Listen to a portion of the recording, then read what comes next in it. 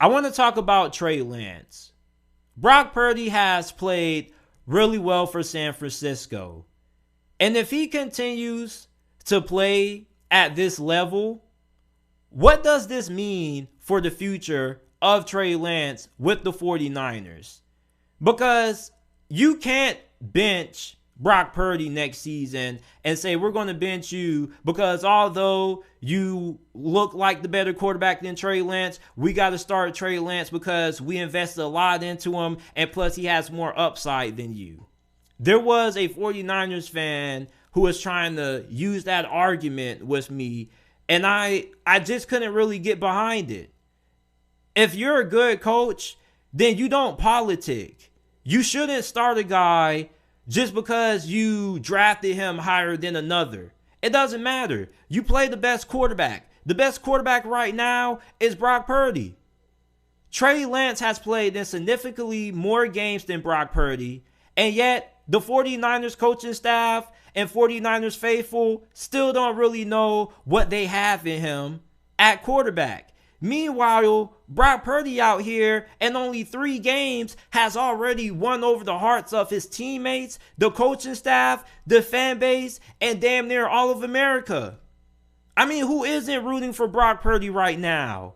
The dude was the last pick of the 2022 NFL draft.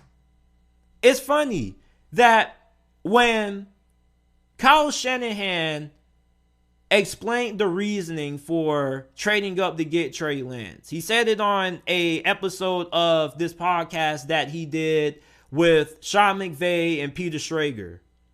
He said that when you have an elite quarterback, it makes things easier. When you have a quarterback who's able to improvise when things break down and extend plays and buy times for receivers to get open, it helps you out and makes your life easier as a play caller. Because he can turn a bad play call into a somewhat good play call, and a good play call into a great play call. You look at Brock Purdy, he does that.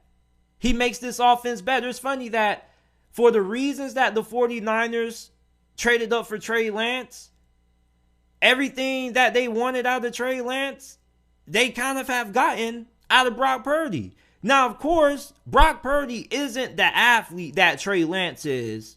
Of course, Trey Lance has a way stronger arm, and he's a way better athlete, especially when he decides to run with the football. But right now, Brock Purdy reads the field better. He's more accurate. And he's winning games. Trey Lance was in there and the offense was struggling. And yes, I believe that Trey Lance is going to have a bright future ahead of him. I'm not giving up on him. I'm just saying right now, when it comes to his future in San Francisco, do you really think he's going to be down to be the backup quarterback for this team next season? If Brock Purdy takes this team, let's say, to the divisional round of the playoffs and they lose, if you're Kyle Shanahan and John Lynch, do you move forward with him as your QB1? Or are you just going to say when Trey Lance gets healthy, there's going to be a quarterback battle between the two?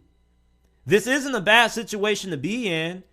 And I guess when it comes to Jimmy Garoppolo, I guess we can assume he's going to the New York Jets.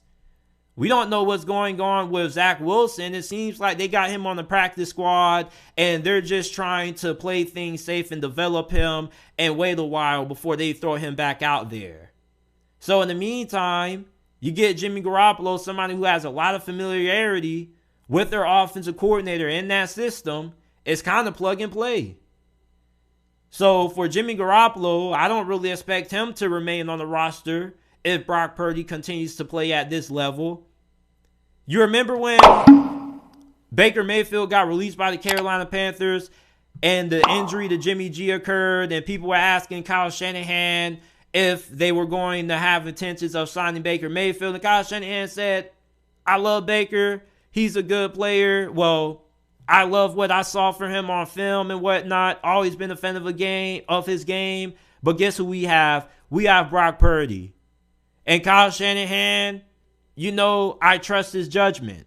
And so far, he's been right about Brock Purdy. He has a lot of confidence in him. When you see Kyle Shanahan call plays, You just see a different level of confidence in his eyes. You see the camera cuts to him with his little play sheet. I mean, the guy it just looks like he believes that every single play is going to work.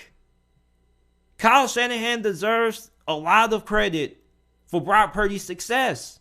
And you might have to wonder, maybe Kyle Shanahan and Trey Lance just weren't a great fit. Maybe Trey Lance and Kyle Shanahan, they just couldn't find a way to work out with each other. Doesn't mean they're bad people, just weren't a good fit. You ever been on a date with a chick and she wasn't bad? Y'all just had two different personalities who just ain't blend. It wouldn't work out. This is kind of the similar situation with the 49ers where you look at Trey Lance and Kyle Shanahan. Kyle Shanahan really couldn't find the best way to get the most out of him, even though maybe with a little bit more time, things would have improved. But in a small amount of time with Brock Purdy, things are clicking on all cylinders. It looks like Kyle Shanahan is much better calling plays for Brock Purdy than he is calling plays for Trey Lance. And if you're the 49ers, Trey Lance, the film isn't bad. I mean, I think the film is still good enough that you can flip him for a pretty high-end draft pick. And there are teams out there who I believe would be intrigued and would inquire for trading in Trey Lance. This is somebody who does have good upside, and it's not like he was terrible when he played. I mean, he had some pretty solid games. It's just that he was shaky, and he needs more reps and more experience. But if he does get that and he does go to a team that has a good offensive coordinator, or goes to the New York Giants with Brian Daboll, a head coach that's offensive minded, that can really unlock and tap into that potential mixed with that athleticism that he has, Trey Lance could really be a superstar in this game. I just think with the 49ers and Kyle Shanahan, I just think that Kyle Shanahan just didn't really know how to use Trey Lance as good as he knows how to use Brock Purdy. Brock Purdy is a solid athlete, not the athlete that Trey Lance is. Going to state that one more time, but Brock Purdy can get outside the pocket, extend plays, make guys miss, and buy time for receivers to get open. Last week against Tampa Bay, he made Joe Turan miss, and he threw an insane pass towards the sidelines. I mean, Brock Purdy right now looks like the QB1 for the future going forward for San Francisco. And I know it is a little bit premature to be clamoring and giving him all this praise, because we still have to see how he plays throughout the rest of the season and what he does throughout the playoffs. But judging from how he's played the last 3 weeks, did you not see the little pump fake that he had? The George Kittle touchdown. Dude, pump fake. Dime. I mean, this dude out here can do nothing wrong. This dude broke out of one play, and I was just like, how the hell did he do it? Brock Purdy right now, people, I think is the future at quarterback for the 49ers. A lot of you 49ers fans may not want Brock Purdy as your quarterback because he was Mr. Irrelevant. However, Brock Purdy gives you the best chance to win right now. He's a better quarterback. Don't make this political. If you're Kyle Shanahan and John Lynch, you shouldn't make this political. Brock Purdy continues to play good and at this high level, you roll with him as your QB1. And if Trey Lance wants to get traded, you trade him. And if nobody wants to trade for Trey Lance, then Trey Lance either has to deal with it or, what else can he do? So let me know what you guys think about Trey Lance's future and San Francisco. Really interesting because he's not bad. His rookie season wasn't bad. It was a lot of ups and downs, which makes it hard to really get a good read on him.